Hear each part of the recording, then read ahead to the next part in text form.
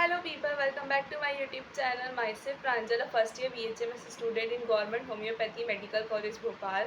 और जैसा कि थंबनेल देख करके आपको पता चल ही चुका है, ये वीडियो होने वाली है रिगार्डेड द डिसीजन कि क्या होम्योपैथी लेना सही है या गलत है, उसके अलावा क्या क्या स्कोप्स है, क्या क्या लिमिटेशंस है, एवरीथिंग अबाउट होम्योपैथी। तो बिना टाइम वेस्ट करे वीडियो को स्टार्ट करते हैं।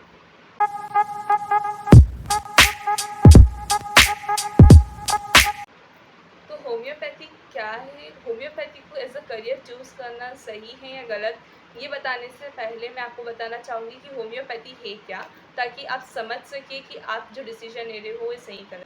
तो होम्योपैथी जो है ये आई है फ्रॉम जर्मनी, और इसके फादर जो हैं वो doctor Christian Friedrich Samuel Hahnemann sir हैं, जिन्होंने होम्योपैथी का बर्थ किया था इन द ईयर 1790 के टाइम पे। वो खुद एक फेमस एलोपैथ थे, एमडी कंप्लीट थे।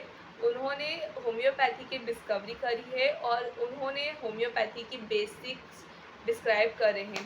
करके बना है होम्योपैथी, दो वर्ड से मिलकर के बना है homeo and pathy, which means similar pathy. Let like be cure by like, ये होम्योपैथी का एक सिंपल सा प्रिंसिपल है। सिमिलर सिमिलेबस क्यूरेंटा। उस होम्योपैथी में हम पेशेंट को एज ए इंडिविजुअल कंसिडर करते हैं, हम उसके फिजिकल और मेंटल दोनों सिम्टम्स पर वर्क करते हैं। इसके अलावा जो कि मेरा सबसे पसंदीदा पॉइंट है रिगार्डेड होम्योपैथी, वो ये है कि हम पेशेंट को इंडिविजुअलिस्टिक अप्रोच से लेकर के ट्रीट करते हैं। हम सभी अलग अलग है, ये हम सभी जानते हैं, और होम्योपैथी में यही चीज़ हमें बताई जाती है कि हम पेशेंट को एज ए इंडिविजुअल कंसिडर करें। हमारी होम्योपैथी मेडिसिन जो होती है वो इंडिविजुअल पर्सनस के लिए इंडिविजुअल होती है। अलग अलग चीज़ों के सिम्टम्स, अलग अलग छोटे छोटे फैक्टर्स से हमारी homeopathy medicine individual to individual approach होती है, और इंडिविजुअल टू इंडिविजुअल अलग अलग होती जाती है। तो ये सबसे बड़ा की फैक्टर है होम्योपैथी का, कि वो सबको अलग अलग तरीके से ट्रीट करती है, वो इंडिविजुअलिस्टिक अप्रोच पर बिलीव करती है। नेक्स्ट अगर मैं बात करूँ कि होम्योपैथी में क्या क्या स्कोप है, तो होम्योपैथी में आपके पास वो सारा स्कोप अवेलेबल है जो कि आपको दूसरी मेडिकल फील्ड में देखने को मिलता है। उसमें आप गवर्नमेंट जॉब भी कर सकते हैं, आप अपनी खुद की स्किल को डेवलप करके एक फेमस प्राइवेट प्रैक्टिशनर भी बन सकते हैं। आपके पास पूरा स्कोप रहता है होम्योपैथी में रह कर के भी। ये टोटली डिपेंड करता है आपकी स्किल्स के ऊपर कि आप कैसे अपने आप को एज अ डॉक्टर रिप्रेजेंट करते हैं। उसके अलावा लिमिटेशन इन होम्योपैथी की बात करूँ तो होम्योपैथी का एक लिमिटेशन ये है कि हमें सर्जरी की परमिशन नहीं होती है। हम हमारा एमडी कंप्लीट कर सकते हैं, हमें एमएस की परमिशन नहीं होती है, लेकिन फिर भी हमारे सिलेबस में हमें सर्जरी पढ़ाई जाती है, माइनर सर्जरीज मेजर सर्जरीज पढ़ाई जाती हैं। बट प्रैक्टिस करने का अभी तक गवर्नमेंट ने हमें उसे राइट नहीं दिया है। तो ये एक लिमिटेशन है इन होम्योपैथी।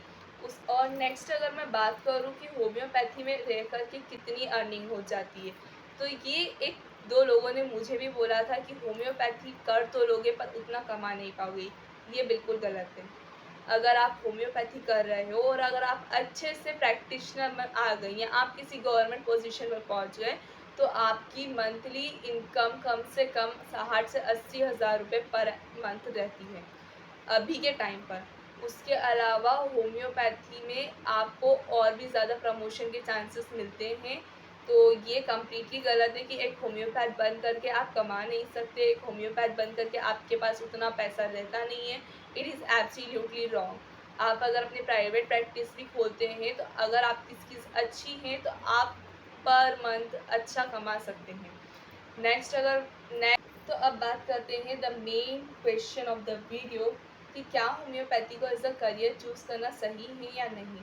तो मेरे अकॉर्डिंग होम्योपैथी को एज अ करियर चूज़ करना बिल्कुल सही डिसीजन है मेरा, क्योंकि जब मैं यहाँ आने वाली थी उससे पहले मुझे भी काफ़ी ज़्यादा लोगों ने डीमोटिवेट करा था कि होम्योपैथी में कुछ नहीं रखा है, या होम्योपैथी ले लोगे पर एक अच्छी डॉक्टर नहीं बन पाओगी, ये सुनने में आया था।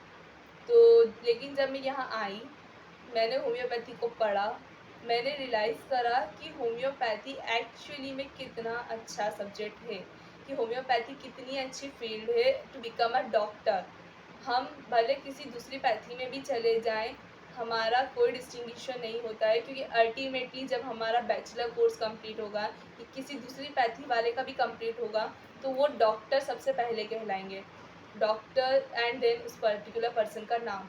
तो एज अ डॉक्टर हम समाज में रिप्रेजेंट हो रहे हैं, और हमारा डॉक्टर बनना कब सक्सेसफुल रहेगा, जब हमारी स्किल्स अच्छी होंगी। फिर वो भले हम कोई सी भी डिग्री लेकर के करें, होम्योपैथी लेकर के करें, एलोपैथी लेकर के करें, आयुर्वेदा लेकर के करें या यूनानी लेकर के।